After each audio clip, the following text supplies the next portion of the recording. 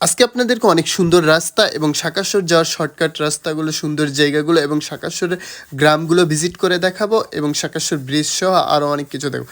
তো hello everyone, আসসালামু আলাইকুম। তো সকলেই কেমন আছেন? আশা করি ভালো আছেন। তো আজকে আমি ফাইনালি চলে গিয়েছি শাকাশ্বরের বটতলাতে প্রথমে যাই এবং বটতলাটা অসাধারণ অসাধারণ। এখানে গেলে আপনাদের খুবই ভালো লাগবে এবং অ্যাস্থেটিক একটা ফিল পাবেন, হরর একটা ভাইব পাবেন। এইখানে অসাধারণ লাগবে। এটা হচ্ছে শাকাশ্বরের পুরোনো বাজারগুলোর মধ্যে একটি। তারপর আমি এইখান দিয়ে আরও দেখছিলাম যে বটগাছগুলো মূলত কত বছর পুরনো, তো দেখলাম যেগুলো অনেক বছর পুরনো। আর ফাইনালি আমি চলে যাই শাকাশ্বর ব্রিজে। আর শাকাশ্বর ব্রিজটা অসাধারণ। এইখানে আমি সাইকেল চালাচ্ছি আর ভিডিও করছিলাম, ভালোই লাগছিল আর বাতাসও কম। আর আজকে মানুষ একটু কম থাকায় আরও ভালো লাগছিল।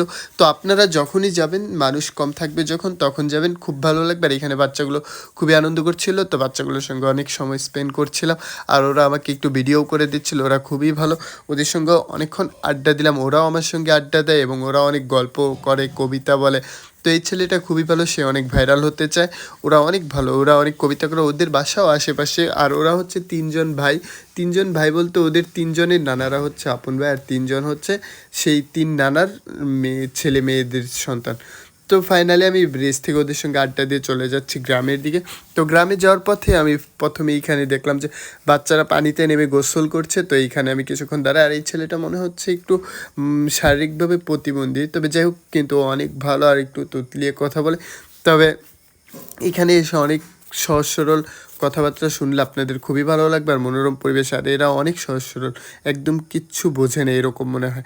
তো এইখানে অনেক ভালো লাগছিল, ওদের সঙ্গে অনেকক্ষণ গল্প গুজব করছিলাম। ওরা গোসল করছে আর আমি এখানে ওদের সঙ্গে দাঁড়িয়ে দাঁড়িয়ে গল্প করছিলাম যে আসলে এই গ্রামটা কি সম্পর্কে অনেক কিছু জানার চেষ্টা করি।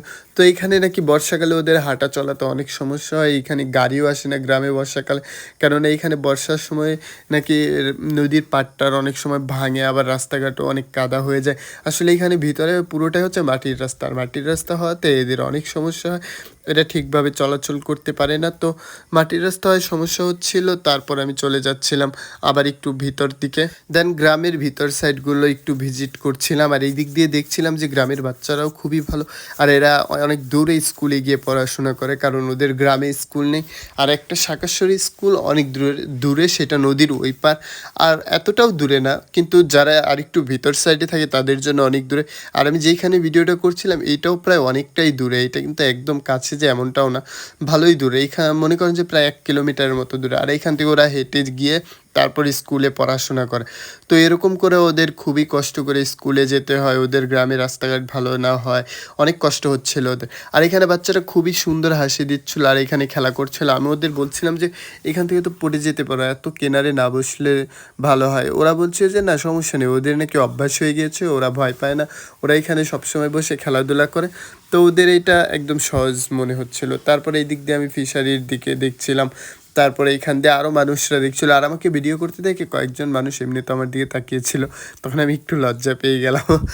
দেন গ্রামটা ঘুরে খুবই ভালো লাগছিল। আর গ্রামের মানুষগুলো এমনিও অনেক ভালো, অনেক সহজ সরল, তাদের সহজ সরল জীবনযাত্রা দেখলেও খুব ভালো লাগে। অসাধারণ একটি গ্রাম, এখানে গেলে আপনার এমনিতেই মন মানসিকতা ভালো হয়ে যাবে। তবে চেষ্টা করবেন সবসময় গ্রামগুলো ভিজিট করার। আসলে গ্রামে গেলে একটা মানসিক শান্তি পাওয়া যায়, ওইখানে গেলে পরে মন মানসিকতা ভালো হয়ে যায়, একটা ফ্রেশ আবহাওয়া দেখা যায়, মানে একটা ন্যাচারাল বিষয় থাকে। যেখানে কংক্রিটের বাড়িঘর, ইট পাথরের বাড়িঘর কম থাকে, আপনার পুরোটাই ন্যাচারাল, যেমন মাটির রাস্তা, মাটির বাড়িঘর, আরও অনেক কিছু, খাল বিল, নদী নালা ইত্যাদি। গ্রামের বাচ্চাদের সহজ সরল কথা, সুন্দর মুগ্ধ স্নিগ্ধ হাসি, এগুলো আপনাদের মনকে এমনিই ভরিয়ে দিবে। তাই আপনারা সবসময় চেষ্টা করবেন গ্রামে একটু ভিজিট করার, গ্রামগুলো ঘোরার। তো ভিডিওটা কেমন হয়েছে?